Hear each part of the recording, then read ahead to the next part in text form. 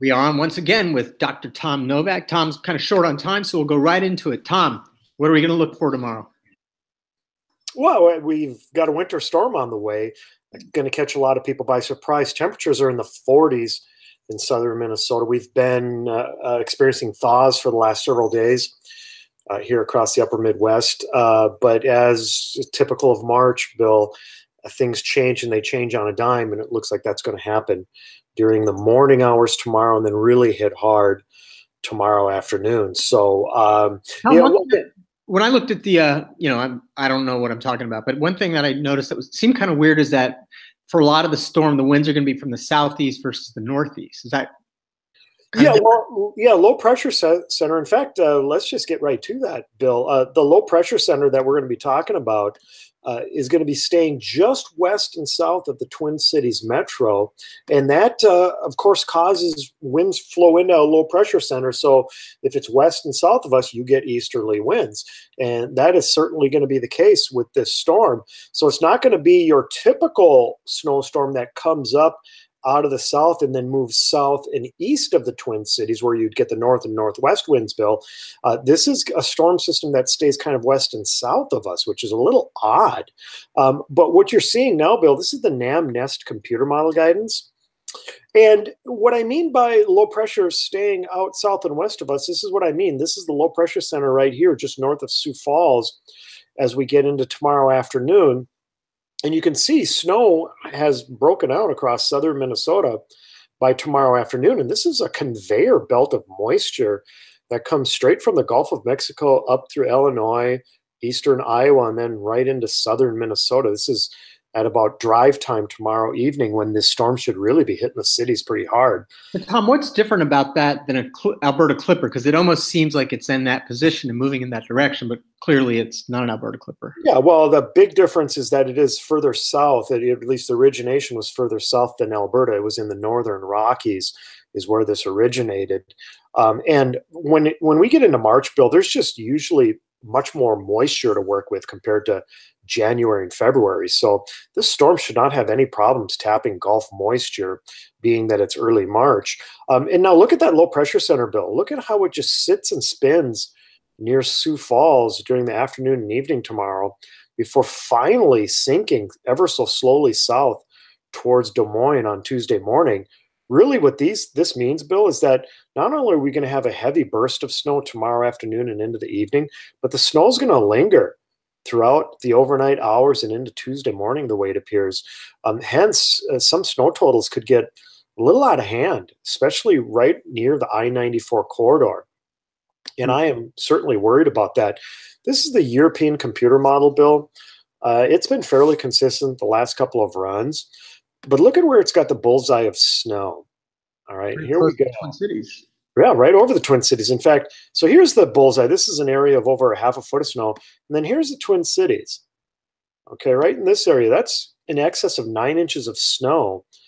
Heavy, wet concrete-like snow over the Twin Cities metro, basically along the I-94 corridor, because here it is stretching from Fargo. This is the I-94 corridor to Eau Claire. You can see the snow runs along that I-94 corridor. And that's right through the heart of our region. So that's significant. The storm system means business, and it looks like rain and ice tomorrow morning is going to quickly change over to snow. And one thing I wanted to show everybody, Bill, I thought this was really neat. You know, we talk about the jet stream structure, right, Bill? You know how many times we talk about that. Yep. And now this is the European computer model for the jet stream tomorrow morning. And we always look for what's kind of an S-like shape in the jet structure. And here's what we've got for tomorrow morning. That is an obvious S shape right over the upper Midwest. So you've got a jet stream core or a jet streak coming into Kansas early tomorrow morning. That's where thunderstorms are going to be developing, by the way, overnight tonight as Kansas and Missouri as a dry slot slams into the central U.S. But then that air gets uplifted in this S shape, Bill, right over southern Minnesota, western Wisconsin. Okay, so perfect setup as we get into tomorrow morning. Now, look what happens to this jet stream structure tomorrow evening. Look, it's still there. This is that S structure that we're talking about. So this means that lift and significant lift is going to be present not only tomorrow morning, but tomorrow evening over southern Minnesota.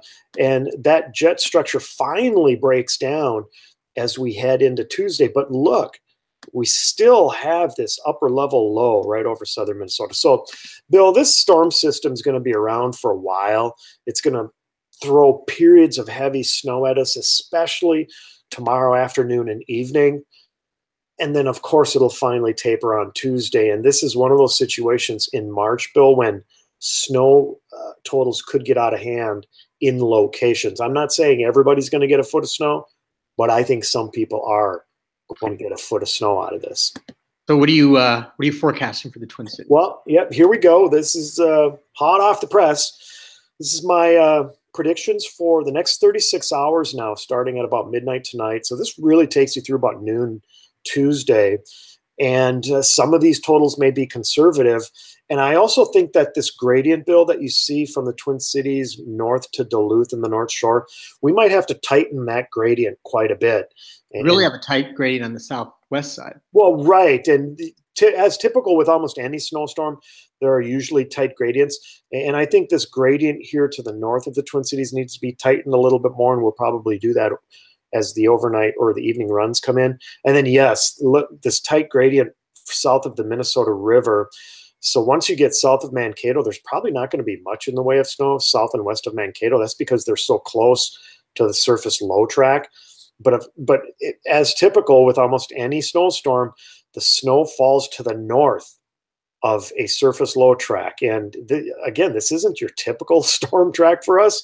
At least that gives us heavy snow. But because of the time of the year and the ample amounts of moisture available, I'm thinking the Twin Cities is a shoo-in for 6 to 10 inches of snow.